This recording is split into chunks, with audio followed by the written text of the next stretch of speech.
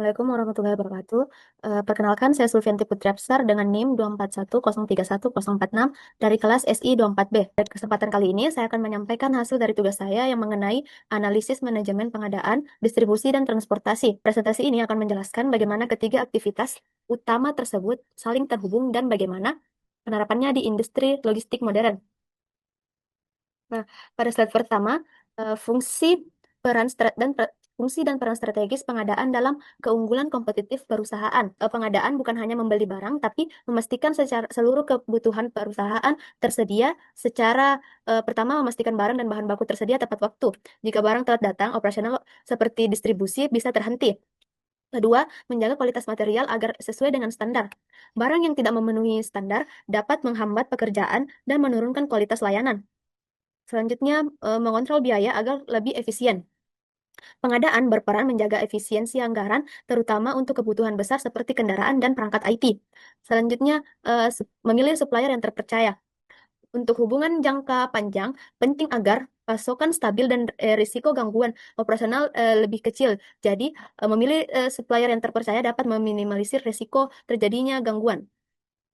Sedangkan peran strategis pengadaan adalah menciptakan keunggulan yang kompetitif. Jika pengadaan efisien, maka perusahaan dapat menekan biaya, mempercepat proses kerja, menjaga kualitas layanan, dan mendukung inovasi di perusahaan, serta membangun hubungan jangka panjang.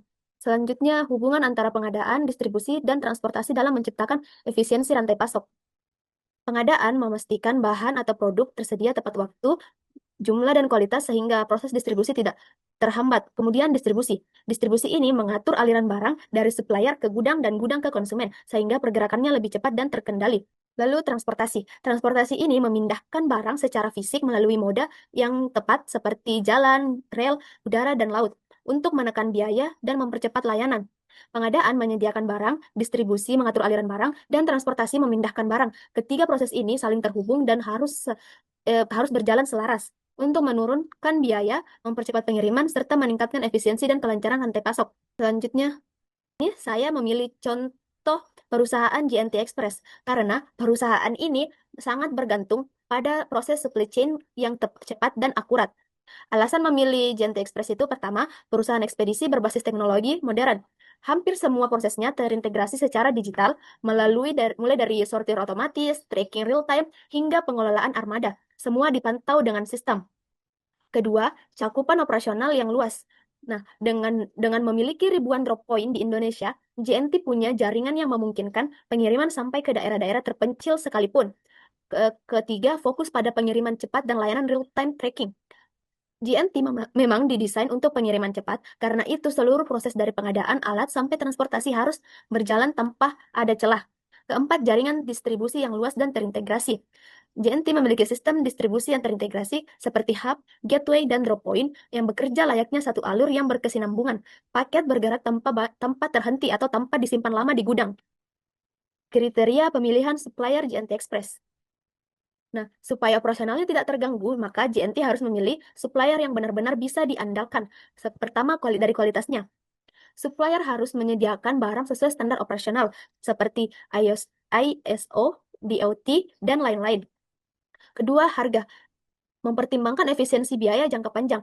Nah, di sini yang dilihat bukan hanya murah atau mahalnya, tapi apakah harga tersebut masuk akal dibanding kualitas dan daya tahan barang. Ketiga, ketepatan waktu pengirim. Barang harus cepat tersedia agar operasional tidak terganggu. Jika satu barang terlambat datang, bisa membuat satu hub atau drop point tidak bisa bekerja dengan optimal. Ketiga, reputasi supplier. JNT memilih supplier yang stabil, berpengalaman, dan memiliki rekam jejak yang baik. Kelima, fleksibilitas. Fleksibilitas mampu memenuhi permintaan mendadak atau volume besar. Contohnya pada flash sale kemarin seperti 11.11 dan 12.12. Nah, JNT ini butuh tambahan alat dan kapasitas dengan cepat. Supplier harus bisa menyesuaikan pergerakannya. Enam, kapasitas produk. Nah, kapasitas produk itu bisa menyediakan kendaraan atau alat IT untuk kebutuhan nasional. Terakhir, dukungan after sales. Nah, dukungan after sales ini menyediakan garansi, perawatan, dan dukungan teknis. Karena ini membuat JNT tidak hanya memilih supplier yang murah, tetapi yang paling mampu mendukung kelancaran bisnis jangka panjangnya. Selanjutnya, alur siklus pengadaan JNT Express. Tahapan pengadaan JNT Express ini dengan fokus pada efisiensi dan kontrol kualitas kontrol kualitas. Pertama, identifikasi kebutuhan operasional seperti kendaraan, perangkat, dan gudang. Misalnya, ketika volume paket naik, JNT akan membutuhkan lebih banyak scanner, rak sortir, dan kendaraan. Kedua, riset dan seleksi supplier atau membandingkan penawaran. Mereka biasanya membandingkan beberapa supplier untuk melihat siapa yang paling kompeten untuk diajak bekerja sama. Ketiga, negosiasi kontrak. Nah, pada tahap ini dibahas harga, waktu pengiriman, garansi, SLA, dan komitmen kualitas. Keempat, pemesanan atau purchase order formal. Ini tandanya bahwa pembelian resmi dilakukan. Kelima, pengiriman dari supplier ke gudang GNT. Nah, barang akan dikirim ke gudang pusat atau lokasi distribusi tertentu. Selanjutnya, quality control atau pemeriksaan fisik dan fungsional. GNT tidak langsung memakai barang mereka, tetapi GNT mengecek dulu apakah berfungsi dengan baik. Selanjutnya, distribusi internal peralatan ke drop point, hub, dan gateway. Nah, setelah lolos dari quality control tadi, barang selanjutnya disebar ke hub atau gateway atau drop point sesuai dengan kebutuhannya atau sesuai dengan alamat atau pulau barang tersebut. Terakhir, evaluasi supplier berdasarkan performa dan pengiriman barang. Jika supplier berkinerja baik, mereka bisa dipercaya lagi untuk pengadaan berikutnya. Siklus ini berjalan terus-menerus untuk memastikan operasional tetap optimal.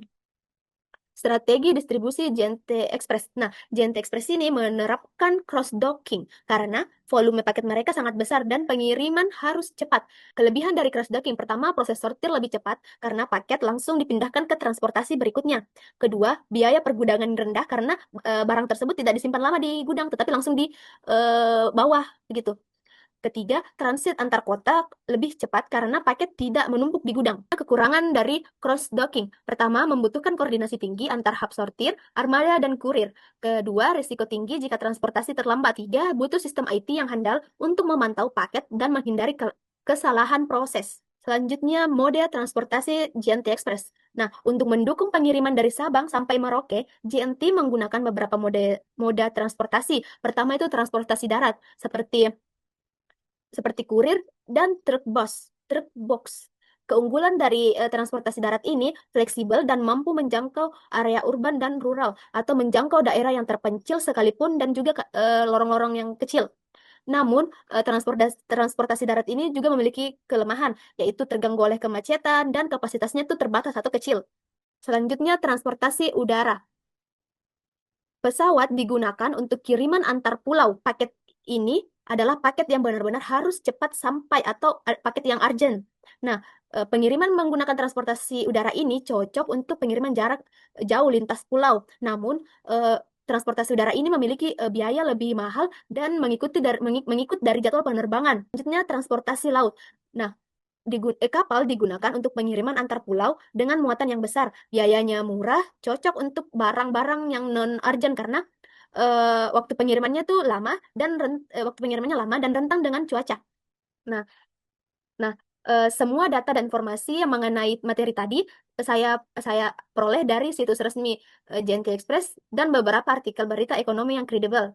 Sebagai kesimpulan, pengadaan, distribusi, dan transportasi adalah 3 komponen yang harus berjalan selaras untuk menciptakan rantai pasok yang efisien. Melalui contoh seperti perusahaan JNT Express ini, kita melihat bahwa ketika pengadaan dilakukan dengan tepat, distribusi dikelola secara terstruktur, dan transportasi terkoordinasi dengan baik, maka perusahaan mampu memberikan layanan yang cepat, akurat, dan dapat diandalkan. Sekian dari pemaparan tugas saya. Jika ada salah kata, mohon dimaafkan. Wabillahi